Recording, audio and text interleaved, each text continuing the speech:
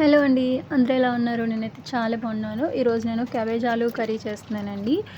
చాలా బాగా వచ్చింది. చాలా టేస్టీగా కూడా ఉంది. సింపుల్‌గా త్వరగా అయిపోతుంది. మార్నింగ్ బ్రేక్‌ఫాస్ట్‌కి త్వరగా చేయాలి అంటే ఆఫీస్ టైంలో అవ్వదు కదా! సో, ఇలా చేసుకుంటే గనుక మనకు త్వరగా అయిపోతుందండి. సో, ఫస్ట్ అయితే నేను పోపు దినుసులు వేసుకున్నాను. పోపులు కొంచెం వేగిన తర్వాత కట్ చేసి పెట్టుకున్న ఉల్లిపాయలు, టమాటా, పచ్చిమిర్చి, మనం ఉడకపెట్టి పెట్టుకున్న బఠానీ వేసుకున్నానండి. టమాటోస్ కూడా వేసుకున్నాను.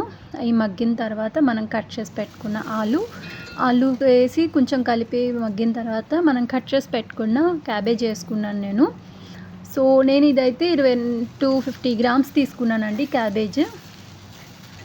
ఆ క్యాబేజ్ కలుపుకొని 2 నిమిషాలు మగ్గించుకోవాలి. క్యాబేజ్ కలిపిన తర్వాత మూత పెట్టి వేయించుకుంటే త్వరగా అయిపోతుందండి.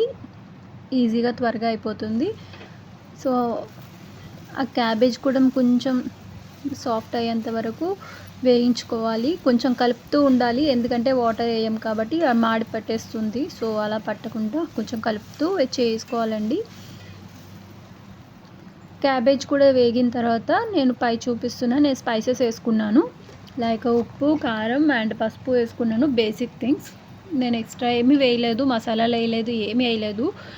తక్కువ టైంలో ఎక్కువ ప్రాసెస్ పెట్టుకుంటే అవ్వదు కదండి. సో, సింపుల్గా ఎలా అవుతుందో అలా నేను చేస్తాను. చాలా టేస్టీగా వచ్చింది. ఇది క్యాబేజీ ఈ కర్రీ ఏంటి అంటే చపాతీలోకైనా రైస్లోకైనా చాలా అంటే చాలా టేస్టీగా వస్తుంది.